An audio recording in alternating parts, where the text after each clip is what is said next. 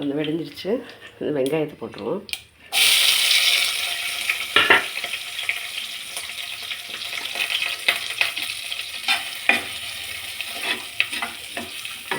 வெங்காயம் வதங்கட்டும்.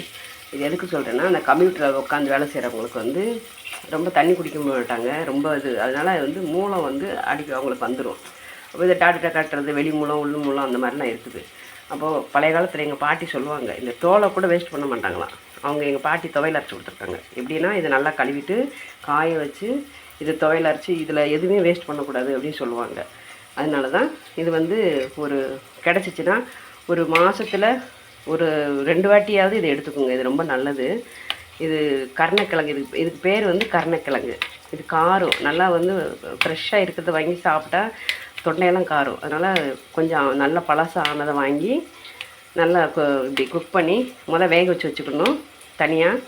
அதுக்கப்புறம் இந்த மாதிரி இதெல்லாம் வதக்கி, இது வந்து பாரம்பரியத்துக்குள்ள ஒரு டிஷ்ஷு தான். நல்லா உடம்புக்கு ஆரோக்கியமும்.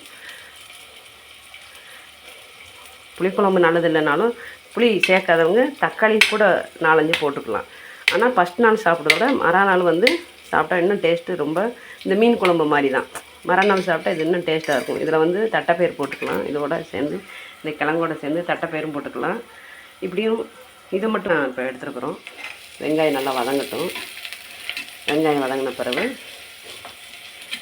இது பொதுவாகவே வந்து நல்லெண்ணெய் தான் வந்து ருசி கொடுக்கும்பாங்க. நல்லெண்ணெய் ரொம்ப நல்லது.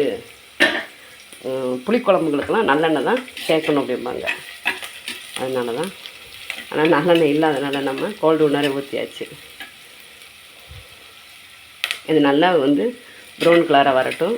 அதுக்கப்புறம் இந்த தக்காளியை போட்டு தக்காளியில் வந்து பூண்டு வந்து முழுசாக போடாத, அப்படி தக்காளியும் பூண்டுமா பேஸ்ட் பண்ணி வச்சுருக்கேன்.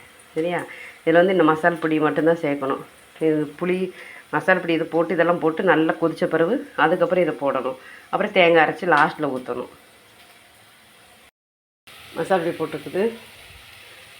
குழம்பு மசால் பொடி 1 ஸ்பூனு, 1/2 ஸ்பூனு வந்து மிளகாப்பொடி, மஞ்சப்பொடி கொஞ்சம் போட்டுக்கிறோம் குழம்புக்கு.